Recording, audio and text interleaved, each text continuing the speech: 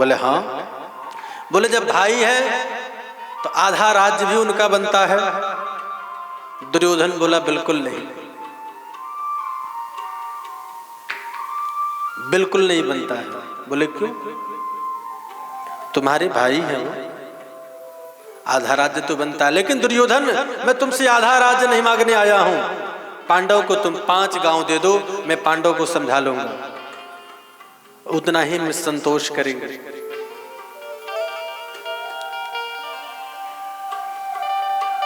दुर्योधन तलक करके उठा और कहा, माधव, युद्ध के बिना मैं सुई के नोक के बराबर नहीं दे सकता हूं।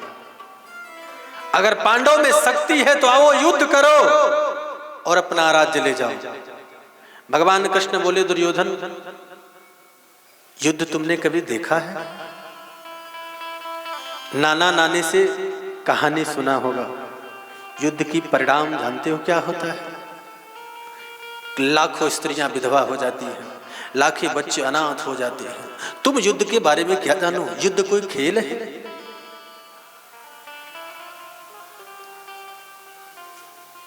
तुम्हें शर्म नहीं आती? शांति दूत से बात कैसे करते हैं?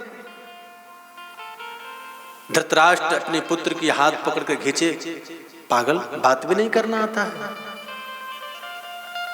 दुर्योधन जाके कहा, द्वारकाधीश क्षमा करें, बचपन से थोड़ा समय ऐसे ही रहा हूं, बोलना आता नहीं है। ये सब बात छोड़ें, आपके लिए हमारी मां गंधारी ने 56 प्रकार के भोग बनाए हैं, चलो अंदर प्रसाद पाते हैं। भगवान बोले, दुर्योधन, भोजन 2 जगह व्यक्ति करता है। या तो भोजन कराने वाले व्यक्ति के हृदय में श्रद्धा हो, या तो भोजन करने वाला व्यक्ति भूख से तड़पता हो। तो दुर्योधन, तुम्हारे मन में श्रद्धा है नहीं और हमें भूख लगी नहीं है, इसलिए भोजन का तो सवाल ही नहीं उठता है। और वैसे भी भोजन तुम्हारे यहाँ नहीं, भोजन तो मैं विदुर के यहाँ करूंगा, मुझे निमंत्रण वहां मिला है। बोले, विदुर? विदुर क्या निमंत्रण कैसे मिला? बोले, पत्र गया था। दुर्योधन बोला, आजकल मंत्री नहीं है, वो तो अपने खाने के लाले पड़े हैं, खुद नहीं खाने पाते हैं, आपको क्या खिलाएंगे? भगवान बोलो, क्या खिलाएंगे हमें ये नहीं पता, निमंत्रण भेजा है तो व्यवस्था तो किया होगा। और भगवान उस समाज से चले और विदुर के घर में गए। मेरे भाई, जिस प्रकार से जीव मंदिर के प्रांगण में भगवान के दरबार में सूज जूता उतार के जाता है, मेरे ठाकुर विदुर के घर पनही पहन कर के नहीं गए, अपना खड़ाऊं उतार दिया। गेट खटखटाए, काकी जी दरवाजा खोले। काकी जी अंदर नहा रहे थे। याद आया, ये तो कन्हैया की आवाज है। दौड़ कर कहीं गीले वस्त्रों में आ गई। कन्हैया, तुम आ गए? हाँ, अच्छा अच्छा, आओ आओ, यहाँ बैठो। पार्टी ली बैठने के लिए, यहाँ बैठो कन्हैया। बैठने, कन्हैया जैसे बैठने लगा, हाँ यहाँ नहीं बैठो, गंदी जगह, वहां बैठो। वहां जैसे बैठने लगा, वहां नहीं बैठो, यहाँ बैठो। प्रेम में इतने पागल हो गई कि छोटे से यागन को 100 चक्कर घुमा दी कि नहीं कन्हैया, यहाँ बैठो, यहाँ बैठो। बोली, एक जगह बैठाएं तो पार्टी उल्टी कर दी। कन्हैया मेरे गोविंद वहीं बैठ गए। पेट पर हाथ फेरते हुए बोले, काकी बहुत तेज भूख लगी है, कुछ तो खाने को दे दो। विदुरानी रसोई घर में गई है, एक कण भी नहीं है कि आज अपने ठाकुर को खिला सके। गरीबी बड़ी विडंबना है मेरे भाई। जीवन में जब गरीब के घर में कोई अतिथि आता है, जब उसे सत्कार नहीं कर पाता है ना, तो उस गरीब का हृदय रोने लगता है कि काश परमात्मा का हमारे ऊपर भी कृपा होती तो मैं इस अतिथि का सम्मान कर पाता। विदुरानी विचलित है, मैं क्या खिलाऊं, क्या करूं? कन्हैया बार बार कह रहे हैं, काकी मुझे बहुत तेज भूख लगी है, अब सहन नहीं हो रहा है, जल्दी लाओ। विदुरानी बोली है, कन्हैया तुम्हें भूख लगी है? 2 मिनट रुक जाओ, काका आते ही होंगे तुम्हारे, बजरिया में गए हैं, बाजार में गए हैं, आते ही होंगे। तब तक उनको याद आया कि कदली का बन है, दौड़ करके गई और केले का फल लेकर के आई। केले का फल लाई, छील करके केला बाहर फेंक रही और छिलका भगवान की थाली में दे रही है। भगवान केले का छिलका का भोग लगा रहे हैं। गोविंद बोले, काकी बहुत मीठा है, बहुत ही मीठा है। अच्छा मीठा है? कन्हैया तुम कह रहे हो मीठा है तो जरूर मीठा होगा, मैंने अपने हाथों से पानी डालती हूं, और खाओगे? विदुरानी प्रेम में इतनी पागल हो गई हैं कि उनको ये नहीं पता चल रहा कि मैं छिलका दे रही हूं कि केला दे रही हूं। प्रेम की व्यवस्था यही है मेरे भाई। दर दर में तुझको ढूंढा तेरा पता नहीं, जब तेरा पता चला तो अब मेरा पता नहीं। जब एक दिन मैं तुम्हें ढूंढता था कि मिल जाओ मिल जाओ, तो तुम मिलते नहीं थे। आज मिले हो तो प्रेम की विडंबना देखो, तुम तो मिले हो लेकिन आज मेरा पता नहीं है कि मैं कहां हूं। तब तक दरवाजे की खिड़की आवाज आई, अरे सुनती हो, खोलो दरवाजा। विदुर जी आ गए। अरे क्या कर रही थी तुम, इतना विलंब लगा गई, तुम्हें पता है कौरव के समाज में आज द्वारकाधीश ने मेरा कितना सम्मान किया। अरे कन्हैया आने वाला है, ये देखो मैं रबड़ी लाया हूँ, लड्डू लाया हूँ, माखन लाया हूँ, मिश्री लाया हूँ। कन्हैया मेरा कभी झूठ नहीं बोलता है, वो कहा है तो जरूर आएगा। विदुरानी बोली, कहा आएगा? घंटा हो गया बैठे हैं। अरे तुमने कुछ खिलाया? बोले हाँ, केले खूब खा रहे हैं। विदुर जी जैसे आए तो केले कहीं और पड़े हैं, छिलके भगवान खा रहे हैं।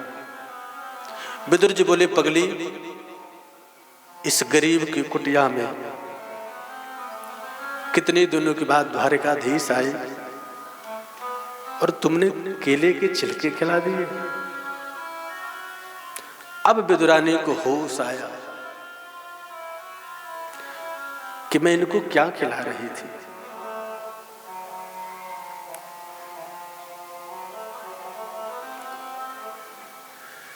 विदुर जी बोले, केशव पगली है, नहीं समझ में आया, ये रबड़ी खा लो, तुम्हारे मुख का स्वाद बदल जाएगा।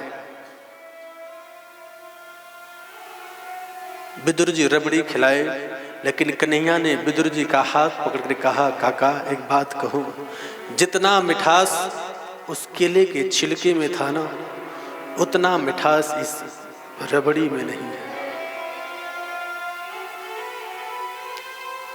कन्हैया बोले कि काका मैं बहुत भोजन कर लिया, अब सोने का मन है, मैं सो जाऊं। विचार करो, विदुर के घर में एक छोटी सी चटाई भी नहीं है कि जिस चटाई पर अपने अतिथि भगवान को सुला सके। किसी तरह व्यवस्था करके लिटाया, कोई तकिया नहीं, कोई पिल्लो नहीं, भगवान सो रहे हैं, नींद नहीं आ रही है। विदुरानी आई, बोली, लाला तुम्हें नींद नहीं आ रही है? क्यों नींद नहीं आ रही है, क्या बात है, बताओ। गोविंद बोले कि काकी मेरी आदत खराब कर दी यशोदा मैया। जब मैं सोता था ना तो यशोदा मैया मेरे पिल्लो लगा देती थी, तब मैं सोता था, तब हमें नींद आती थी। घर को 10 बार दौड़ी लेकिन कहीं पिल्लो नहीं मिला। विदुरानी आई बैठी और कहीं, लाला तुम्हें सिराहना चाहिए, और सर के पास बैठ गई, अपने गोद को सिराहना बना ली। लाला मेरे गोद में अपना सर रख लो। भगवान सो रहे हैं, फिर भी नींद नहीं आ रही है। विदुर जी आए, लाला तुम सो नहीं रहे हो, क्या बात है? कन्या ने कहा, काका बचपन में जब सोता था तो मेरे पैरों पे भी मेरी यशोदा मैया पिल्लो लगाती थी, तकिया लगाती थी। विदुर जी पैरों में बैठ के भगवान कृष्ण के चरणों को अपने गोदी में रखा और भगवान सो गए। सोचो विदुर और विदुरानी की भाग्य कि जिस परमात्मा को तकिया बनने का अवसर मिला हो।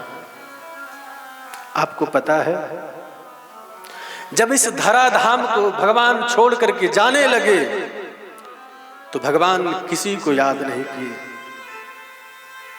उद्धव से कहे, उद्धव